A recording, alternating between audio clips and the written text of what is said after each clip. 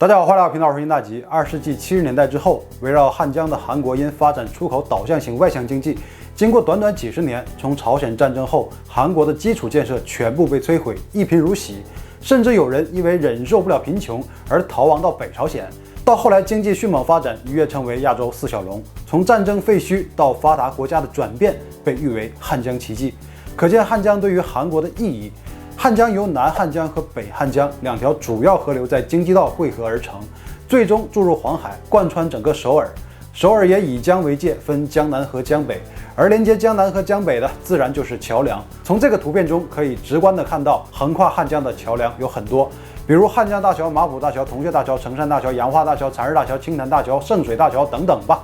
都起到了连接两岸的作用。等一下，这好像有什么奇怪的东西。刚才那个照片再看一眼，这怎么是一个断桥啊？原来这就是我们今天要讲的内容啊！这个事件也在韩剧《信号》中被翻拍过，圣水大桥坍塌事件。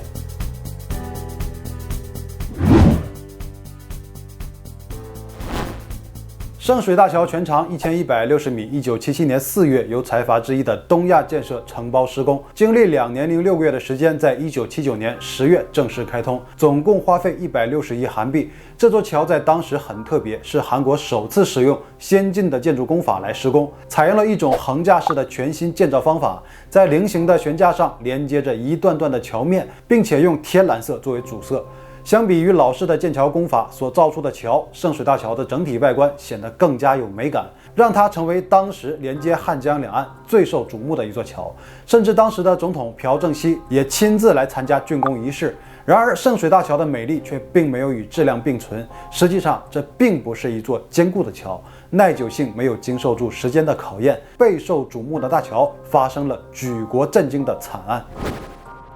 1994年10月21日，那是一个星期五，在凌晨0点30分到2点30分之间，在圣水大桥上就有一批工作人员在双向车道的一侧设置了路障，并且正在作业。当时有驾驶过去的司机就看到了这样一幕：工人拿了一块很大的钢板铺在桥面上，不清楚他们在干嘛。到了早上6点钟，有人驾车从桥上驶过的时候，突然发现桥面上多了一个很突兀的钢板，然后钢板的边上有明显可见的裂缝，感到非常的震惊，就报告给了汉城相关部门。但是这个钢板呢，正是桥梁维护部门设置的，因为起初他们也发现了桥面上出现了2指宽的裂缝，就在裂缝处铺设了一个长2米的钢板，用于防止裂缝继续扩散。所以接到电话后，他们就没有在意，认为桥梁出现的裂缝在可以接受的范围，并且已经搞定，问题不大，就再也没有继续跟进处理。结果这个裂缝随着时间一直在发生变化，这个预兆没有引起足够的重视，也就注定了一场悲剧即将上演。而从凌晨开始的降雨，也给即将发生的事情蒙上了一层悲凉的色彩。早上7点半左右，正是运输量最大的通勤时间，桥面上车水马龙。7点38分，突然一声巨响，在桥梁中段第10号和11号桥墩之间，一块长达48米的桥板从大桥中段落入汉江，桥面与江水的落差约20米。坍塌当时一共有6辆汽车正好行驶到那块区域，1辆面包车和4辆轿车，还有1辆16路公交巴士。和桥面一起掉落的一共有49人，其中32人死亡，17人不同程度受伤。事故发生的时候，有3辆车是直接随着桥面一起掉下去的。生还者回忆，当时就是突然失重，下意识的以为是发生了地震，然后就向下坠落，但好在坠落的时候车体基本上是保持住了与桥面平行，坠到底的时候江水也起到了一些缓冲的作用，再加上都系着安全带，巨大的冲击力只是让他们受伤。这3辆车里的13人全部幸存，还有2辆轿车因为刹车不及时直接冲进了水里，1辆车里的2人趁江水灌进车里之前逃了出来，幸免遇难。另外1辆车里的3人没能及时逃生，全部溺水身亡。这5辆车一共搭载了18人，死亡的人数是3人，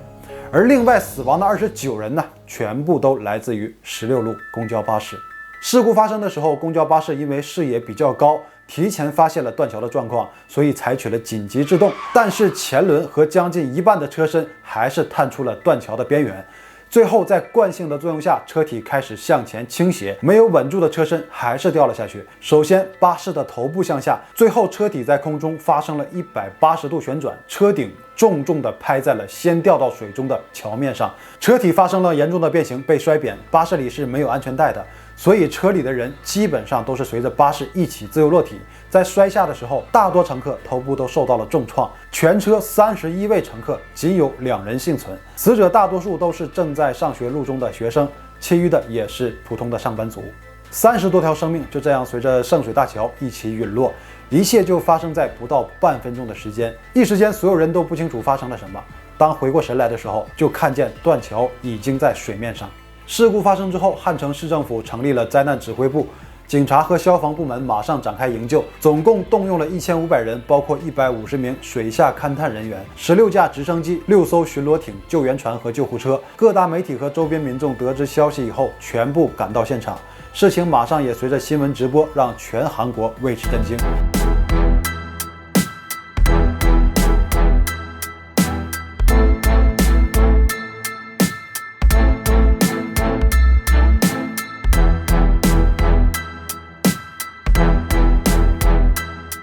才盖了15年的桥，你说断就断。我们前面说过，圣水大桥与以往的建造工法不同，属于横架梁桥，每支钢条的长短、粗细、角度都要经过精密的计算才能发挥功效，可以说是一点误差都不能有。在那个年代，汉城是第一次尝试。那当然，现在这种桥梁有很多，不仅美观，而且在理论上来说也绝对的牢固。我们从圣水大桥下的钢架来看，全部都是几何三角形相互交错而形成的，而这又是什么原理呢？那首先，桥梁的建造是科学严谨的，我不是专业人士，只能给大家来演示一下我的理解，也算是方便大家理解吧。也从这里阐述一下圣水大桥会断掉的原因。那下面我就需要一个道具，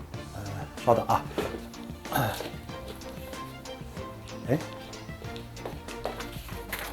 那首先，这是一张高级的白纸，正常的形态在地心引力的作用下，它会向下弯曲。那下面我就把它叠成几何的三角形，看看会发生什么。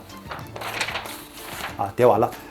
我们看啊，现在这一张纸就不会发生任何的形变，不但稳定性提升了，而且还可以在上面进行这个负重。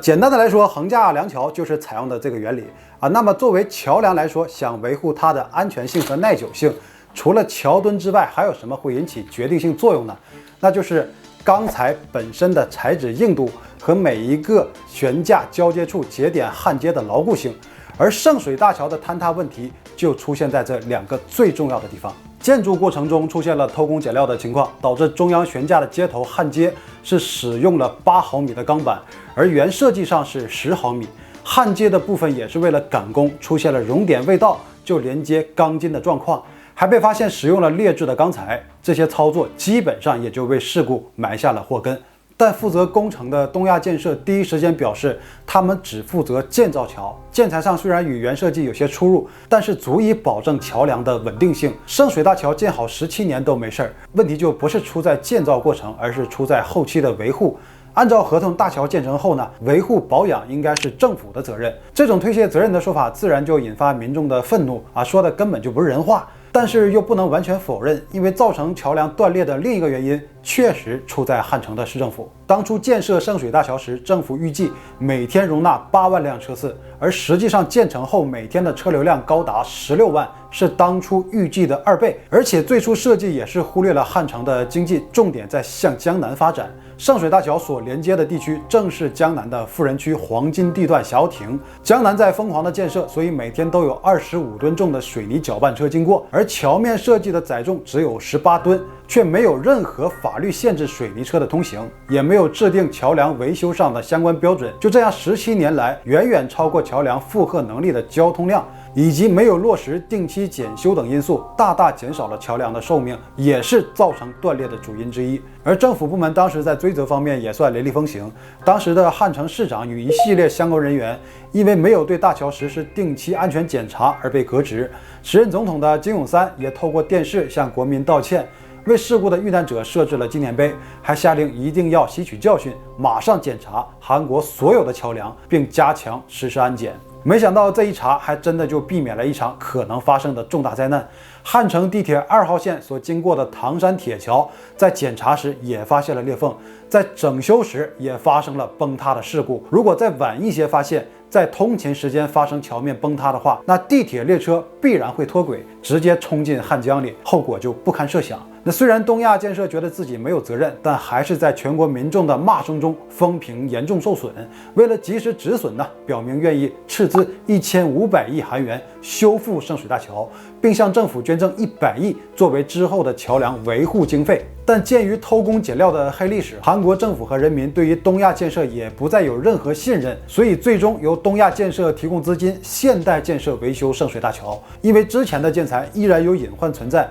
与其说是维修，不如说是重新建设。事故发生在1994年，建设工程从1995年4月26日开始，一直到1997年再一次竣工通车，比当初盖桥花的时间还长，总共花了750亿韩元，把圣水大桥修得更加坚固。经过整修后的圣水大桥将天蓝色的桁改成了红色。也在同年，汉城最高法院在11月28日判处东亚建设有职业过失、业务过失等罪名，但最终的结果除了积极赔偿遇难者以外，就是巨额的罚款。最终东亚建设因为信誉受损，在2001年破产。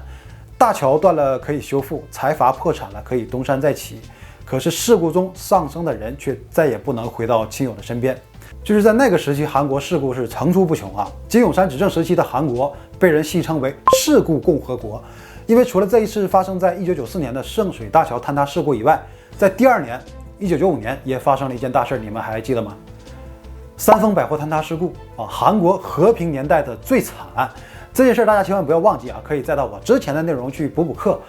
之所以叫事故共和国，当然不可能只有这2件事，以后会陆续把韩国这些事情给大家掰扯清楚。那今天的内容到这里就还没有结束啊，因为这一期就是有点拖更了嘛，所以说我决定给大伙返个场啊，辛苦。说到关于桥的重大事故，在韩国可不止这一起。圣水大桥的事故是发生在和平年代，可在战争年代还有一个更惨烈的事故。1950年6月25日，朝鲜战争爆发，北朝鲜军队摧枯拉朽之势打到了韩国首都汉城，汉城内部一片混乱，近40万民众纷纷逃亡。当时韩国总统李承晚下令必须守住汉城。6月27日，李承晚一看这情况不妙啊，你们守着吧，我先走了。这天上午的11点，韩国陆军一看，那总统都溜了啊，大势已去啊，就决定弃守汉城。但是决定在离开之前呢，要将重要的道路和设施全部炸毁，并准备炸断汉江大桥，以切断朝鲜军队进军的路线。于是就在汉江大桥上部署了炸药。可是炸毁道路的任务下达以后呢，迟迟没有执行，炸桥却非常的坚决。次日凌晨，爆破命令突然下达，2点15分，炸药被点燃，一声巨响，汉江大桥直接倒塌。